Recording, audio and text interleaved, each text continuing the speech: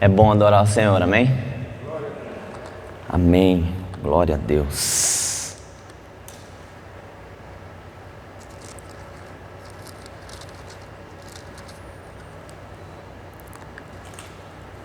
Abra sua Bíblia, se assim você a trouxe, no Evangelho de Marcos. Evangelho de Marcos, no capítulo de número 14.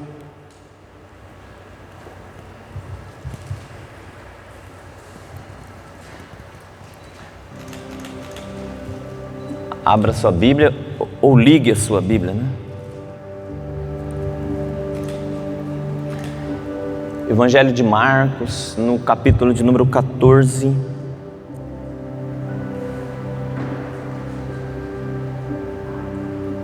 Só um verso, o de número 37, por favor.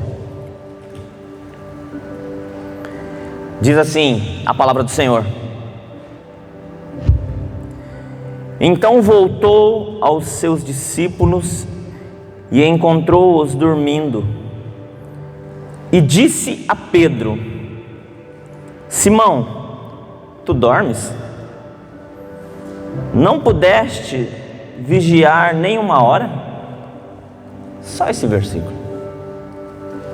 Pode deixar sua Bíblia do lado.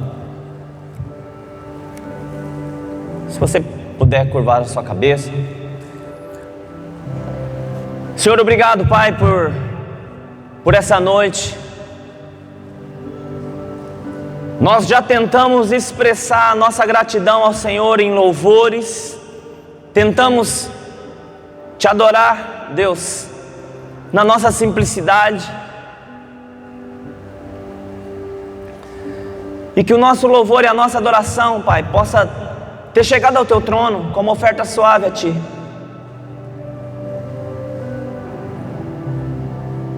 E nós queremos abrir o nosso coração nesse momento para que o Teu Espírito Santo tenha liberdade de estar falando aos nossos corações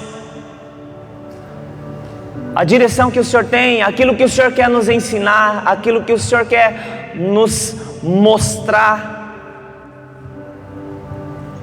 Por favor, o Senhor tem toda a liberdade para falar aos nossos corações nessa noite. Abrimos os nossos corações para que a Tua palavra possa vir, Deus, como uma semente em uma terra fértil, e ela possa brotar, e ela possa dar frutos, que a nossa vida seja transformada pela Tua palavra, Pai. Sê conosco nessa noite, Espírito Santo de Deus. Aqui está a Tua palavra. Eu sei que o Senhor se move sobre a Tua palavra. Nós nos colocamos à Tua disposição, em nome e na autoridade do Senhor Jesus. Amém. Veja só, os irmãos que estão aqui, você que está nos acompanhando online, essa semana eu meditando na palavra de Deus, e Deus,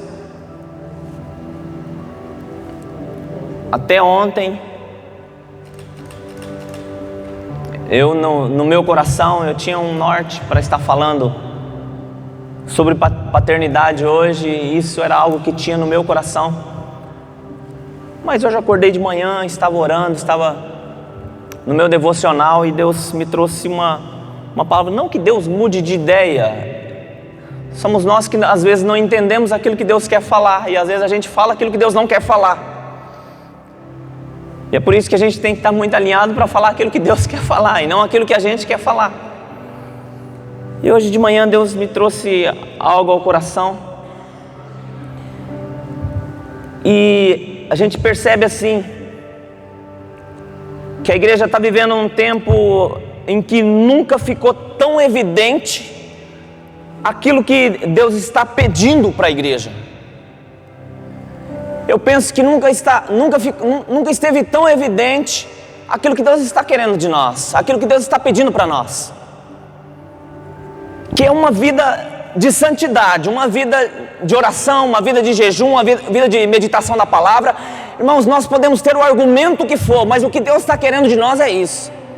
Nós podemos arrumar a desculpa que for para Deus. Nós não temos tempo, nós não conseguimos orar, nós não conseguimos jejuar, nós não conseguimos meditar na palavra, mas o que Deus está pedindo para nós é isso. Deus parou tudo e falou: eu quero o coração de vocês, eu quero a vida de vocês.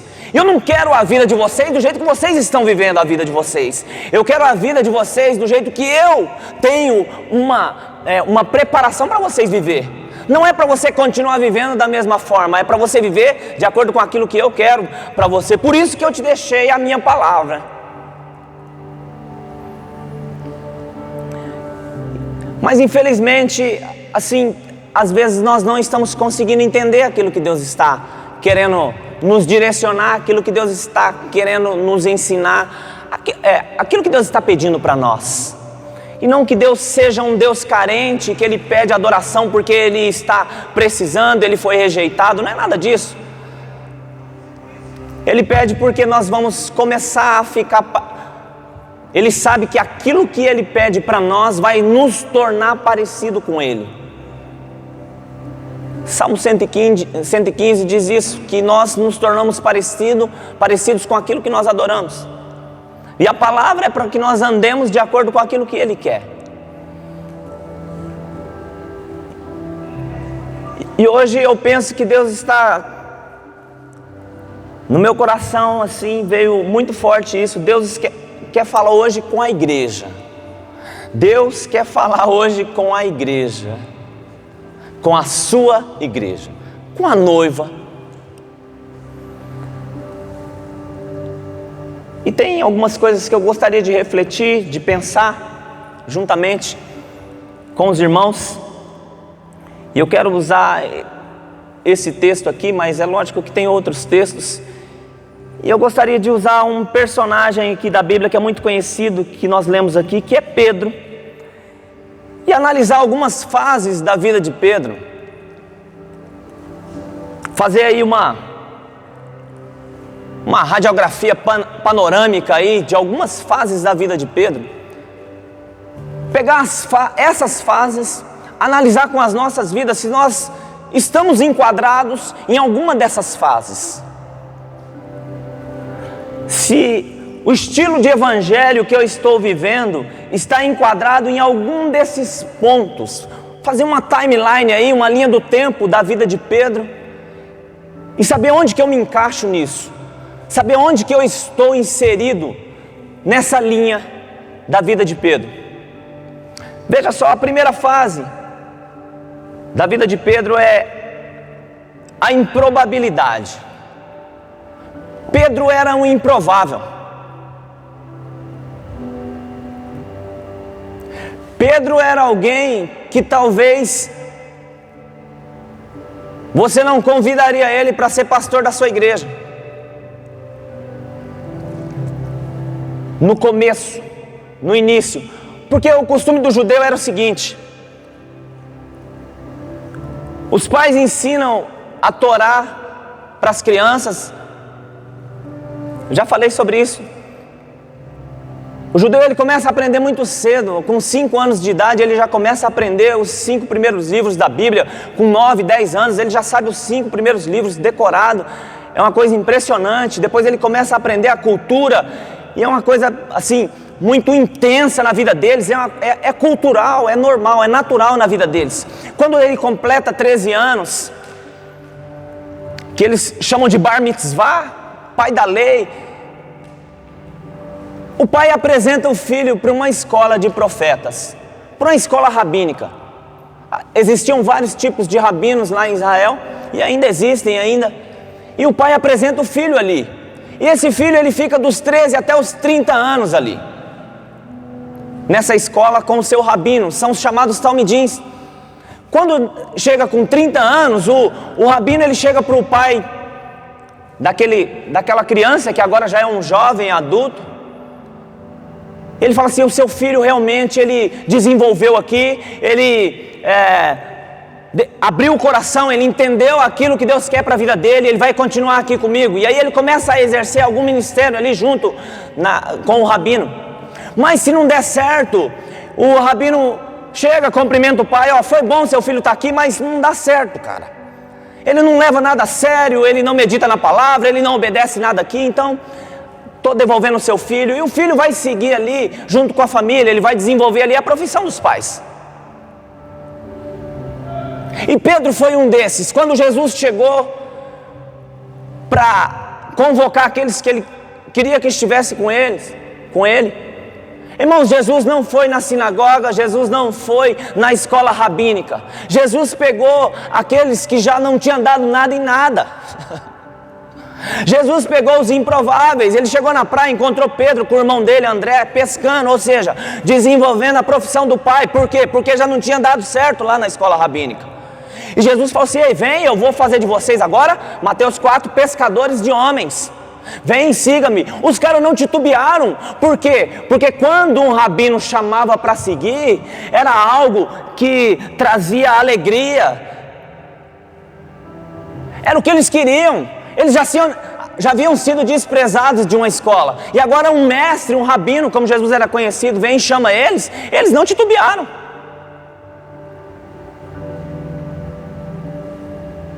Primeira fase da vida de Pedro. Era um improvável. Irmãos, talvez eu e você, talvez nós fomos improváveis em algum momento das nossas vidas. Talvez eu e você, nós não demos certo em nada. Até Jesus chegar na minha e na sua vida.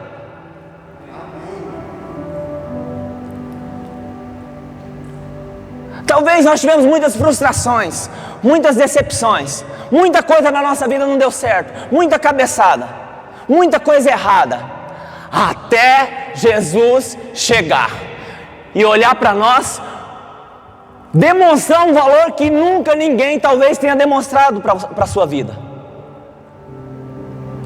demonstrar um amor por mim e por você que talvez ninguém nunca tenha demonstrado. Mas aquele ali não dá certo em nada. Ixi, aquele ali era maconheiro, aquele ali era usuário de droga, aquele ali era viciado, aquele ali era um adúltero, aquele ali era um traidor, aquele ali era... É esse que eu quero, vem cá que eu vou te transformar. Mas aquela ali, ixi, aquela não tem jeito, olha o temperamento dela, é igual da mãe dela, olha isso, aquilo, tá. Então, são esses que eu quero. Talvez nós, em algum momento das nossas vidas, nós fôssemos os improváveis, aqueles que não ia dar certo em nada, aqueles que não ia fluir em nada. E Jesus olhou para mim e para você e falou: é você que eu quero, é você que eu vim chamar. Vinde a mim, você que está cansado e sobrecarregado, que eu vou te aliviar.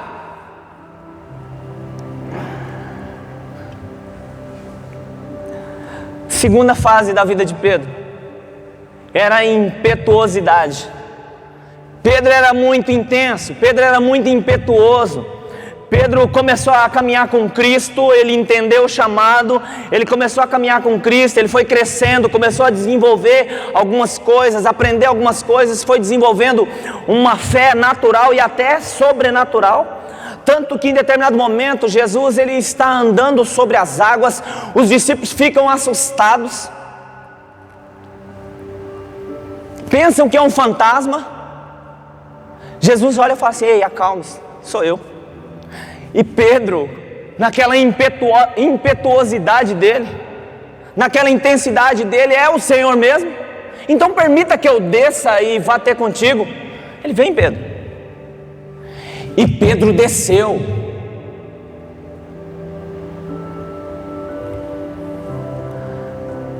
Às vezes nós temos essa impetuosidade, tomamos decisões sem pensar, fazemos escolhas sem analisar, e depois sofremos algumas consequências.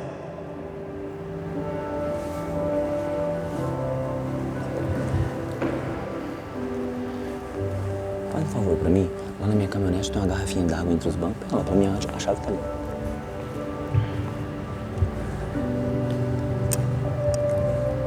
Às vezes nós, em algumas situações, as decisões que nós tomamos, irmãos, até dá certo. Pedro andou sobre as águas em uma fé inicial sobrenatural, mas quando ele viu os ventos, o vendaval, a tempestade, ele começa a afundar. Mas sempre quando a sua fé é pequena e falha, o amor sempre vai estar ali do lado para estender as mãos e te levantar. Sempre Ele vai estar ali do lado. Talvez nós estejamos em uma fase de impetuosidade, escolhas que talvez nós não analisamos antes de fazê-las, decisões tomadas abruptamente, sem pensar, sem conselho algum, sem nos basearmos na palavra de Deus, sem pedirmos orientações para quem já tem experiência.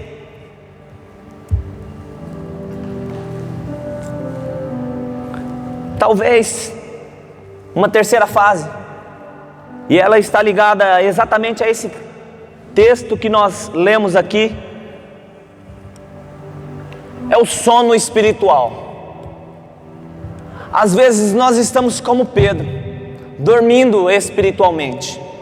Irmão, chegou um momento aqui que Jesus, Ele chama os mais chegados, Pedro, Tiago e João, e Ele vai ao Getsêmani. E ele não vai ali para bater um papo, irmãos. Ele vai ali para orar. Por quê? Porque ele já sabia que a morte dele estava se aproximando. E a Bíblia é muito clara quando ela fala que a alma de Jesus estava angustiada até a morte. Naquele momento, Jesus estava precisando de alguém, e Ele chamou os mais próximos. Jesus estava precisando de alguém para orar com Ele.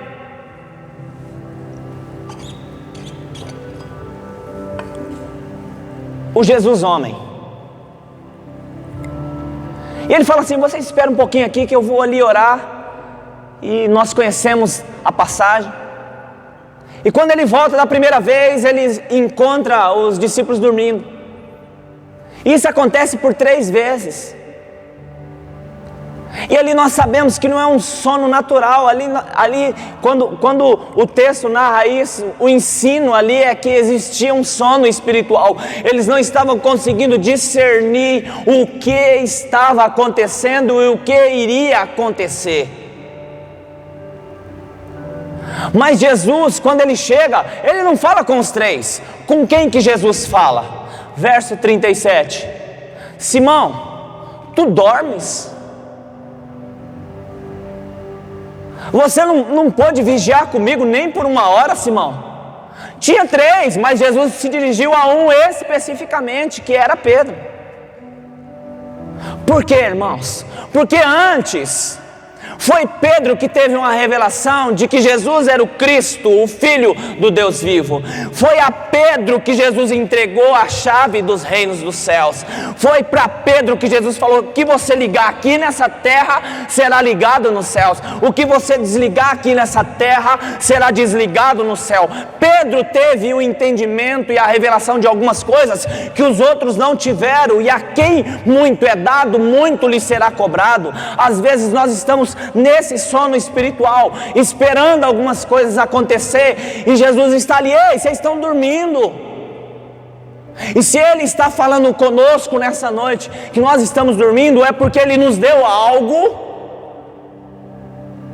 e por conta dele ter dado algo para nós, é que Ele tem o direito de cobrar. A quem muito é dado, muito lhe será cobrado.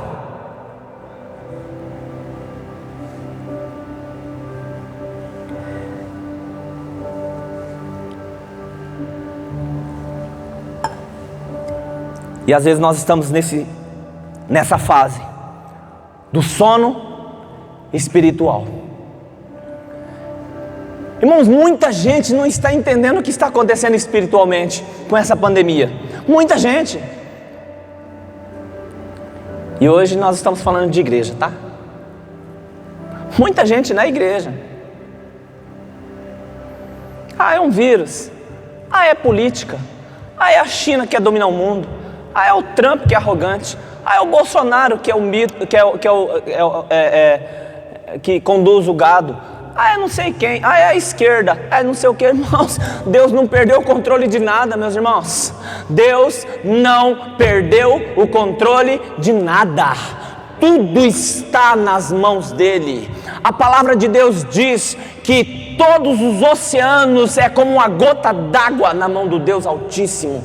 Ele não perdeu o controle de nada. Ele sabe o caminho que está sendo trilhado. Nós não sabemos, Deus sabe. A Bíblia diz que Ele escreveu o fim desde o princípio. Ele não perdeu o controle. Só que a igreja está meio que em um sono espiritual e não está conseguindo discernir o que é que está acontecendo.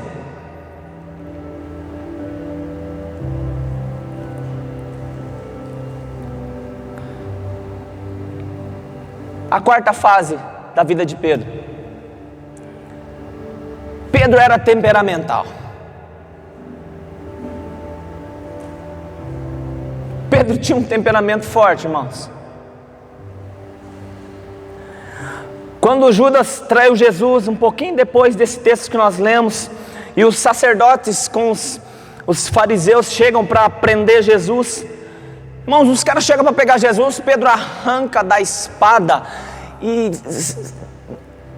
parte com a espada para cima do servo do sumo sacerdote, um homem chamado Malco. E na minha cabeça, né, a Bíblia não diz isso, mas na minha cabeça Pedro foi no pescoço. Eu penso que o cara desviou e pegou na orelha, cortou a orelha, mas Pedro não mirou a orelha e falou, deixa eu cortar a orelha desse cara, e tum. Não, na minha cabeça ele foi na jugular. Eu penso que o cara deu uma desviada e pegou a orelha. Pedro era temperamental. Jesus olha para ele, Pedro, guarda essa espada, cara. Pedro, veja só, Pedro, deixa eu te falar um negócio. Aqueles que lançarem mão da espada, a espada morrerão.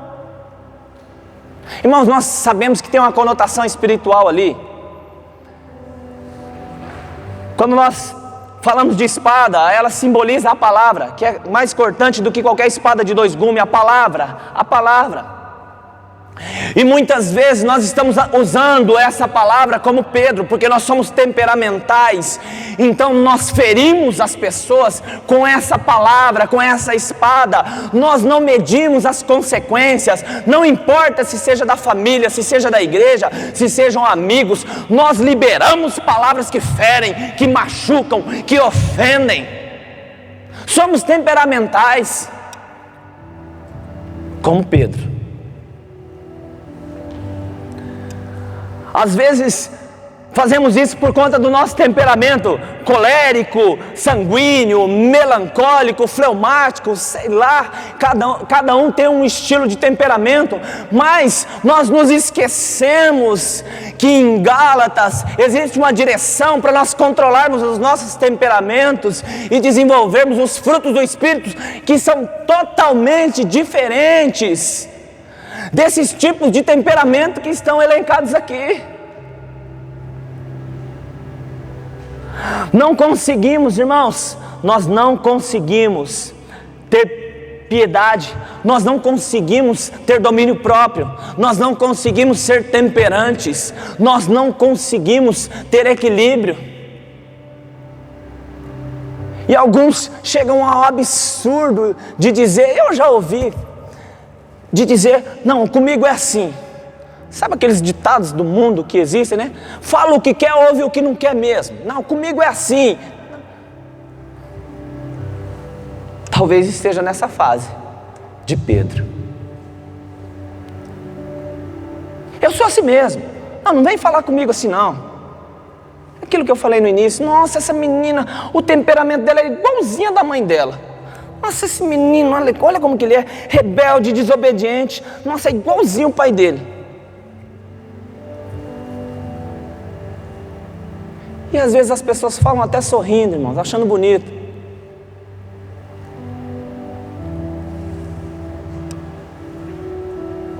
Não medimos as consequências quando liberamos a nossa palavra baseada no nosso emocional, no nosso temperamento sanguíneo.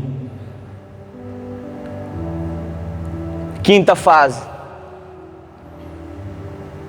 somos estranhos para nós. Lucas 22 diz que em determinado momento Jesus está conversando com Pedro e fala assim: Pedro, eu preciso te falar algo, Pedro. Satanás pediu para o Pai para te peneirar.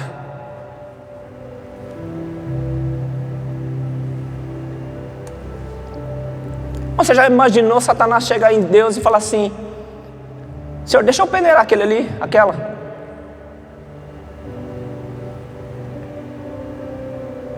Era a peneiração do trigo. Pá, pá, pá. Bate no chão. Põe na peneira. Não está saindo ainda. Bate mais. Pá, pá, pá. Bate no chão. Põe aqui na peneira. Sabe o que Jesus fala para Pedro? Pedro, eu orei ao Pai para que a sua fé não desfalecesse. Ou seja, a peneira está autorizada, cara. E ele foi peneirado. Mas eu tenho uma notícia para você, Pedro. Quando você se converter, Pedro, ajuda os seus irmãos. Irmãos, Pedro está andando com Jesus há 3 anos. Pedro está nas pegadas de Jesus há 3 anos. Jesus olha para ele e fala assim: quando você se converter, você ajuda os seus irmãos. Nós somos estranhos para nós. Nós achamos que somos convertidos, nós achamos que conhecemos Jesus, mas tem determinado momento que Jesus tem que chegar para nós e falar assim: ei, quando vocês se converter, entenda aquilo que eu estou querendo ensinar para vocês. Senhor, mas eu estou na igreja, eu fui até batizado, eu dou um dinheiro numa caixa ali, eu vou nas reuniões. Então, quando você se converter, ajuda seus irmãos e continua.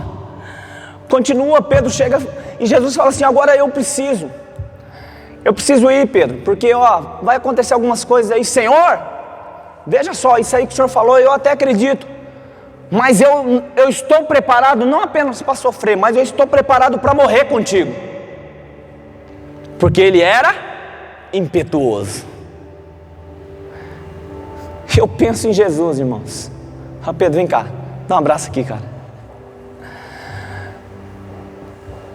Pedro, você é um estranho para você. Quando você olha no espelho, você não sabe quem é. Você não consegue se reconhecer. Pedro, hoje mesmo, antes que o galo cante, você vai me negar 3 vezes, cara. Somos estranhos para nós, irmãos. Ninguém nega Jesus hoje declaradamente, mas negamos Jesus através das nossas atitudes. O marido nega Jesus quando ele não ama a esposa, assim como Cristo amou a igreja. A esposa nega a Jesus quando ela não é submissa ao marido, assim como a igreja é a Cristo. Negamos a Jesus quando não cuidamos dos nossos filhos, encaminhamos eles nas pegadas do mestre, ensinando a palavra, inculcando na cabeça deles. Negamos a Cristo quando não honramos nossos pais, para que a nossa vida se prolongue sobre essa terra. Negamos a Cristo quando nós falamos coisas por trás daqueles que nós dizemos que amamos, mas enganamos até eles mesmos. Negamos a Cristo quando vestimos uma capa de crente, mas quando chegamos em casa, isso no domingo, quando chegamos em casa na segunda e na terça e na quarta-feira, vamos para a pornografia. Negamos a Cristo descaradamente com as nossas atitudes. Somos estranhos para nós. Nós não nos reconhecemos quando olhamos no espelho. Quem é esse? Quem é essa?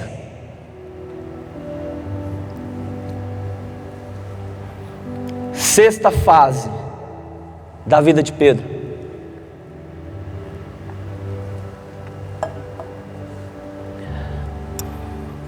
A fase da decepção.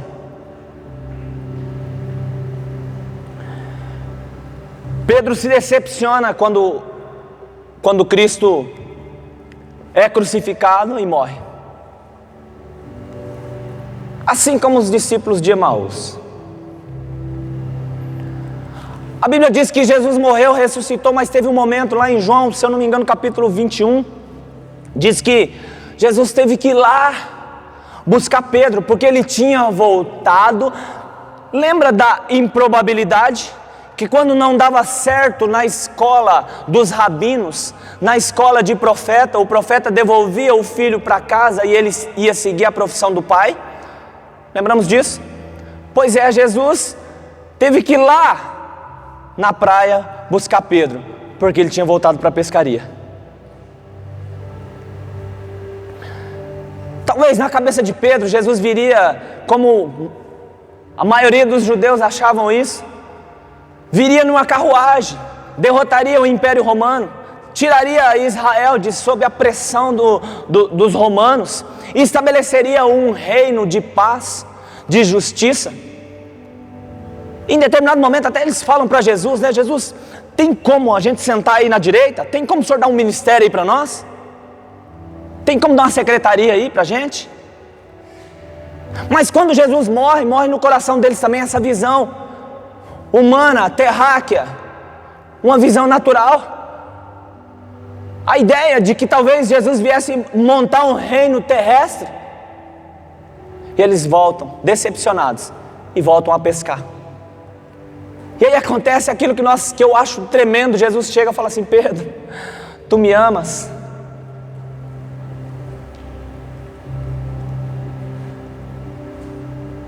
Quantas vezes Jesus está falando para nós: você realmente me ama?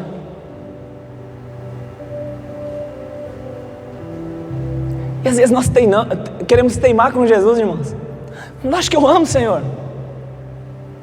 Eu vou na igreja, Senhor, eu sou fiel, eu sou um crente.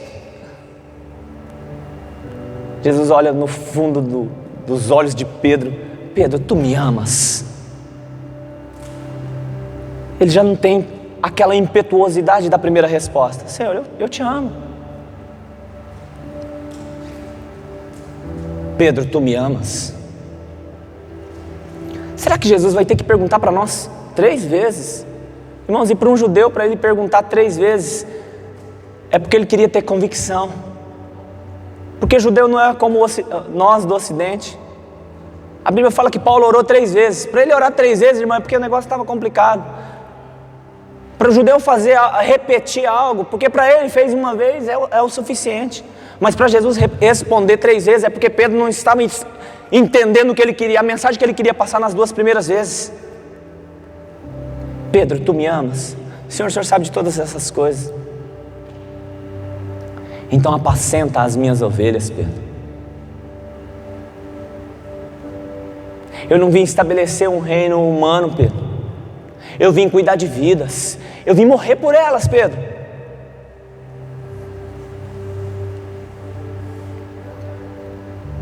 Às vezes nós nos decepcionamos até com Cristo, irmãos.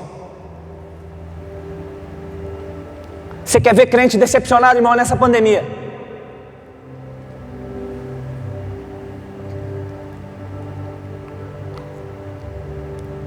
Muitos decepcionados com Deus. Onde já se viu? Mas que Deus é esse que não cuida? Olha a minha família, olha o meu emprego, olha a minha casa, olha a igreja. O senhor não está vendo?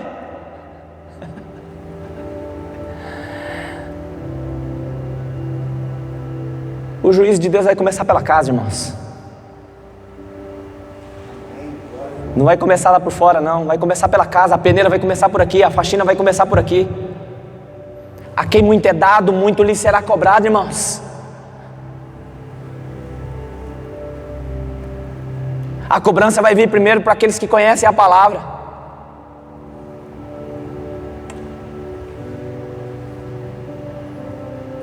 E muitas vezes estamos decepcionados, feridos com Deus. Nos fazemos de vitimistas. Será que Deus não está vendo? Será que Deus não está vendo o que está acontecendo? Como Pedro, decepcionado, e abandona tudo. Às vezes abandonamos a igreja, ministério, abandonamos tudo. Porque estamos decepcionados com Deus. Abandonamos filho, abandonamos casamento, abandonamos tudo, porque estamos decepcionados com Deus. Eu penso que Jesus está olhando assim e perguntando: tu me amas?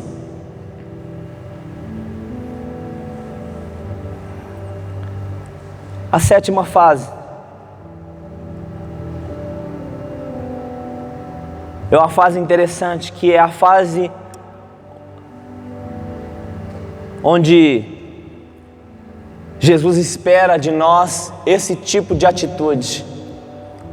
Está lá em Atos, no capítulo 2, após o Pentecoste, é lógico que eu estou fazendo aqui uma linha do tempo aqui, uma radiografia da vida de Pedro, muito sintética, porque não dá tempo da gente falar, muito resumida.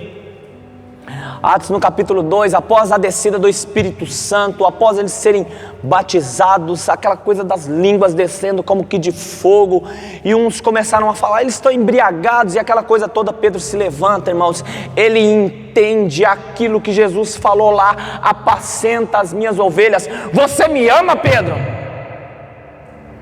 Eu penso que ali caiu a ficha de Pedro. Ele falou assim: é isso, cara, é isso que Jesus quer de mim. Ei, esses homens não estão embriagados como vocês pensam que eles estão, mas isso que está acontecendo aqui é o que aconteceu lá em Joel, no capítulo 2, descerá sobre vós o Espírito Santo, e falarão novas línguas. E ele começa a dar uma explicação ali, irmãos, sobre aquilo que iria acontecer, sobre aquilo que Jesus tinha passado para ele. Por quê? Porque ele entendeu a direção do mestre: apacenta as minhas ovelhas. Ele começa a apacentar, e de repente são 3.000 almas. Essa é a fase que Jesus espera que nós cheguemos. A fase onde nós venhamos entender o chamado de Jesus para as nossas vidas, que nós venhamos superar toda a nossa improbabilidade. Talvez você era um improvável, mas ei, você vai morar até quando no seu passado? Deus não é bom de passado, irmãos.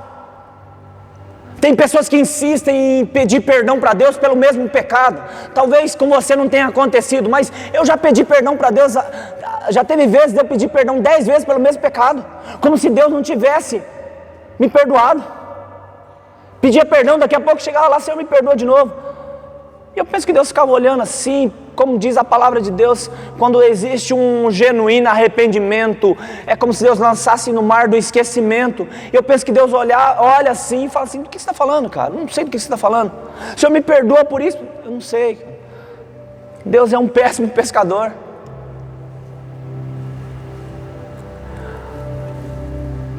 Já passou a fase da impetuosidade, irmão. Chegou a fase do domínio próprio. Já passou a fase do sono espiritual. Precisamos estar acordados, atentos por aquilo que Deus está realizando nesse tempo. Ter discernimento espiritual do que está acontecendo nesse tempo. Deus não perdeu o controle. Amém?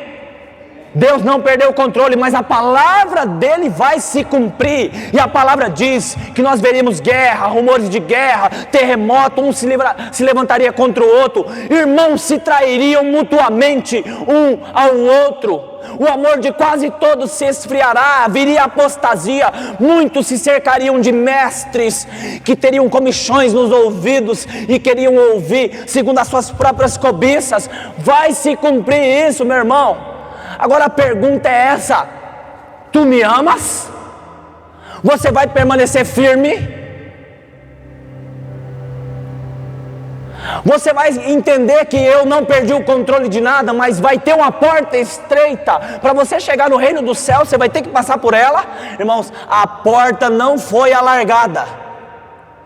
O caminho não foi alargado, ele continua estreito. Não adianta você querer alargar o caminho e alargar a porta, ela continua estreita.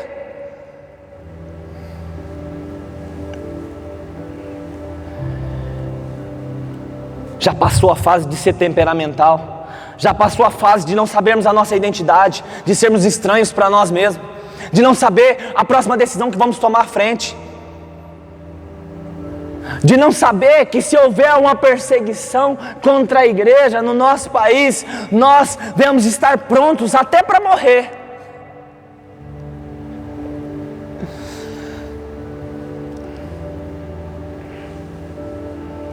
Já passou a fase da decepção.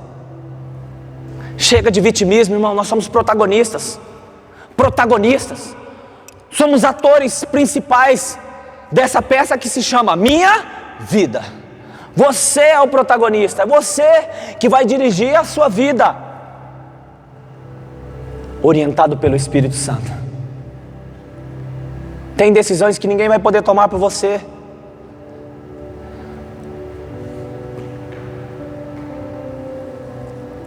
Chegou na fase de começarmos a desenvolver aquilo que Jesus espera de nós, de começarmos a fazer aquilo que Jesus espera de nós.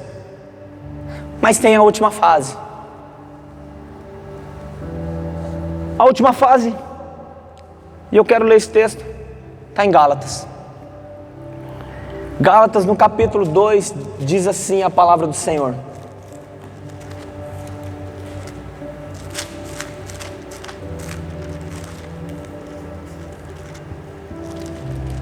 veja só, a partir do verso 9: quando conheceram a graça que me fora dada, Tiago, Cefas e João, que eram considerados como as colunas, deram-nos as destras da comunhão, a mim e a Barnabé, para que nós fôssemos aos gentios, e eles a circuncisão. Veja só, essa é a fase da vigilância constante, a oitava fase. É a fase, irmãos, onde que nós já temos um determinado tempo de caminhada com Cristo. Pedro já tinha uma caminhada. Jesus já havia morrido, ressuscitado, apareceu para Pedro. Pedro teve experiência com Jesus. Pedro teve experiência com o Espírito Santo. Pedro pregou, 3.000 almas se converteram. Pedro fez alguns milagres extraordinários. Tem uma esmola? Eu não tenho prata nem ouro, mas o que eu tenho eu te dou. Em nome de Jesus, levanta e anda. E assim foi. A sombra de Pedro curava. Mas chegou um determinado momento aqui, irmãos. Ô meu pai. Pedro tinha autoridade. Pedro era considerado como coluna da igreja. Mas chegou um determinado momento aqui, que ele está conversando com os gentios. E Paulo está aqui, irmãos, olhando. E chegou os da casa de Tiago. Esse Tiago aqui era o irmão de Cristo, que escreveu a carta, porque o outro Tiago, dos 12, tinha sido morto por Herodes, lá em Atos. Esse Tiago aqui era o irmão de Jesus. E o Tiago, ele era considerado alguém, na minha linguagem, tá, radical. Com ele pecado era pecado e inferno, santidade é santidade e céus. Com ele era assim. Tiago, ele era firme, irmãos.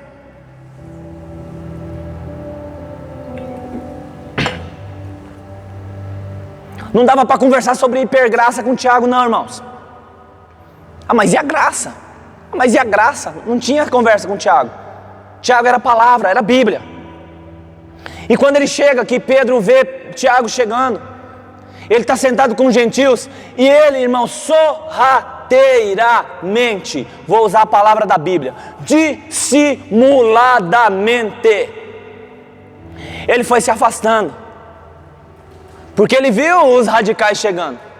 Ele viu aqueles que levavam a palavra a sério chegando. E ele foi sorrateiramente se afastando dos gentios. E olha o azar dele, Paulo viu. E confrontou ele na presença de todos. Se você que é judeu não vive como judeu, por que você quer obrigar os gentios a viver como judeus? Cara, você é um manipulador. Você é um dissimulado. Você fala pelas costas. Você quer enganar quem? Irmão, já tinha uma caminhada com Cristo. Ele já tinha uma caminhada com Cristo. Ele já tinha autoridade. Ele fez coisas extraordinárias. Mas a vigilância dele, ele baixou a guarda. E Paulo viu.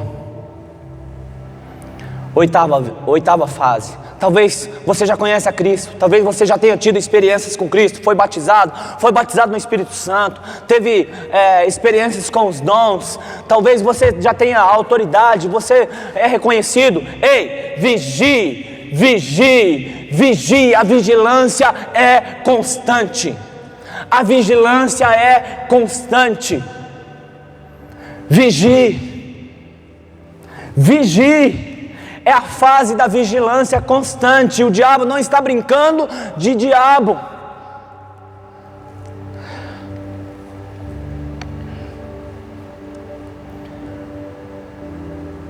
O menino veio falar comigo. Pastor, tá difícil, pastor. Eu falei, cara, tá, pastor, tá difícil. Qual que é o problema? Pastor, pornografia e tal, aquela coisa toda e tal. Eu falei, cara, assim tem que vigiar. Não, pastor, mas eu vigio e tal.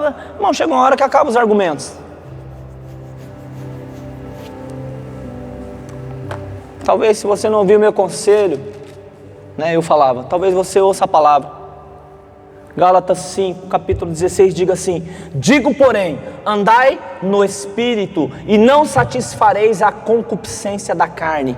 Quais são as concupiscências da carne? Elas estão elencadas aqui, prostituição, impureza, desejos sexuais ilícitos, idolatria, feitiçaria, inimizade, porfia, ciúme, iras, peleja, dissensões, facções, invejas, bebedice, orgias e coisas semelhantes. Ei, você quer vencer isso daqui? Andai no Espírito e não satisfareis as concupiscências da carne. Se está satisfazendo ainda, é porque não está no Espírito. Não vem com essa conversa de pornografia pro meu lado, que ela é mais forte que você. Você está vendo pornografia porque você quer, doutor.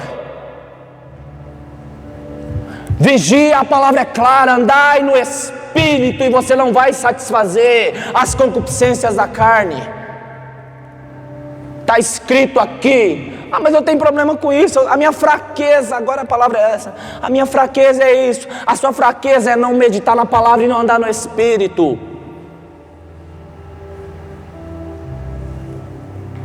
E se não vigiar, vai cair. E aí quando acontece isso, a gente volta lá para a sexta fase. A gente se decepciona com Deus. Onde já se viu Deus deixar eu cair? Billy Graham diz, nessa área da sensualidade, o primeiro olhar é acidental, o segundo olhar é escolha.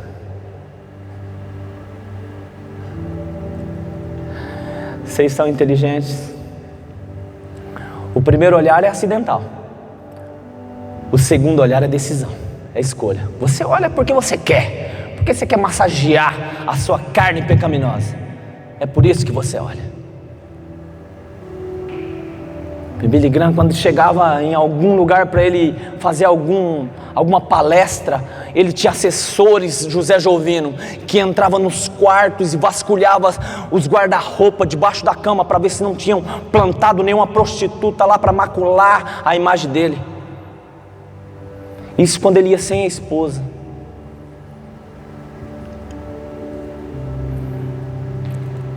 Mulher do presidente dos Estados Unidos marcou um jantar com ele, a esposa dele não pôde ir. Eu não vou, pode marcar outro dia. Hillary Clinton. Vigilância constante. Vigilância constante. 8 fases da vida de Pedro, que talvez você se enquadre em alguma delas, ou talvez em mais do que uma. A fase da improbabilidade, éramos improváveis. A fase da impetuosidade, decisões sem analisar, sem pensar. A fase do sono espiritual, desperta, Efésios diz 3:10, desperta, ó tu que dormes, levanta-te de entre os mortos e Cristo te iluminará. A fase temperamental, Jogamos tudo nas costas da psicologia. É porque eu sou fleumático. É porque eu sou sanguíneo. Não, é porque eu sou melancólico. É porque... irmão... Por que você não fala assim, não, eu estou fazendo isso porque eu sou cristão, cara. Eu estou tendo uma vida íntegra porque eu sou cristão. E para de se esconder atrás da psicologia. A fase onde nós nos tornamos estranhos para nós mesmos. Não nos reconhecemos com o comportamento que a gente tem. Como diz o pastor Luciano Subirá, ele atendia um rapaz e o rapaz fez um negócio, uma atrocidade lá. E ele, é lógico que ele não estava falando sério, o pastor Luciano falou assim, irmãos, eu penso que num momento desse o diabo olha e fala, nem eu tinha pensado nisso daí. Cortou a cabeça da mãe? Eu penso que o diabo fica olhando do lado assim e fala, esse tá de parabéns, né? Esse aí me superou. Às vezes nós fazemos algumas coisas, irmãos, que nós sentimos vergonha de nós mesmos. Falamos algumas coisas e falamos, eu que falei isso aí, meu Deus. Joga por terra 10 anos de cristianismo e agora tem que consertar tudo de novo por causa de uma palavra. Fase da decepção. Às vezes estamos decepcionados com Cristo. Fase onde Jesus está esperando que nós tenhamos a atitude de amá-lo e apacentar as suas ovelhas. E a 8ª fase, que é a fase da vigilância constante. Em que fase você está? Se é que você consegue se enquadrar em alguma delas aqui. Em que fase você está? Eu penso que o que Jesus espera é que nós estejamos aqui, né? Na 7ª para a 8ª fase. Já passamos por aquele momento de maturidade, já começamos a entender algumas coisas, começamos a ter crescimento espiritual. Como Paulo diz lá em 1 Coríntios, no capítulo 3, quando eu era menino, eu agia como menino, eu pensava como menino. Mas quando me tornei homem, eu deixei as coisas próprias de menino. Que nós venhamos ter essa maturidade, que nós venhamos analisar a nossa vida. E se estamos ainda nessa fase do engatinhar com Cristo, como diz lá em Hebreus no capítulo 5, eu não pude revelar para vocês coisas sobrenaturais, porque vocês não entendem, vocês ainda são imaturos. Eu estou tentando revelar coisas grandes para vocês, mas eu não consigo, porque vocês ainda precisam de leitinho.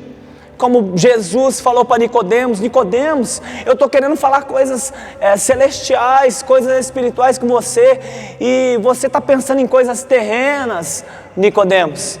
Senhor, eu tenho que entrar no ventre da minha mãe? Nicodemos, vamos subir um degrau, vamos falar de coisas espirituais. Pastor Anderson Silva diz assim, que ele representa dessa forma, né? Às vezes Deus nos convida para uma reunião no céu e a gente entra e na primeira entrada assim, no primeiro salão tem um playground, várias coisas para a gente brincar, para a gente passar ali, ter um entretenimento, mas tem uma sala ali que às vezes a gente olha lá dentro, às vezes tem uma pessoa, aqui está lotado, um salão grande, lotado, e às vezes aquela sala ali, pergunta para o anjo, que sala que é aquela? Aquela sala ali é a sala de reuniões, aquela sala ali é para decidir coisas grandes, aquela sala ali é onde a pessoa já renunciou à carne dela, os desejos dela, as emoções dela, e ela vai discutir coisas coletivas. Aquela sala ali é para quem é maduro, para quem Deus pode revelar coisas profundas, só que Ele não vai revelar para corações superficiais. E a sala de reunião tem 1 ou 2 pessoas, mas a sala do playground, a sala do entretenimento, a sala das brincadeiras, ela está lotada. E Deus está procurando pessoas para fazer reunião com elas, para revelar coisas tremendas para elas, coisas profundas, para mudar nações. Ele mesmo fala, filho, pede-me e te darei as nações por herança. E nós estamos lá, irmãos, preocupados lá, porque eu não consegui comprar uma bicicleta, porque, oh meu pai. qual que é a fase que nós estamos vivendo. Que o Espírito Santo possa completar no seu coração aquilo que eu não consegui transmitir, mas aquilo que o Espírito Santo conseguiu falar com você, que você possa pensar, que você possa meditar. Irmão, você veio aqui essa noite para você ser tocado, para você ser confrontado no seu estilo de vida, mas não é para permanecer no mesmo tipo de vida, é para que haja mudança. Essa mudança, irmãos, ela vai acontecer no decorrer da semana. Não adianta vir aqui no domingo e glória a Deus, aleluia, e no decorrer da semana a gente continuar com as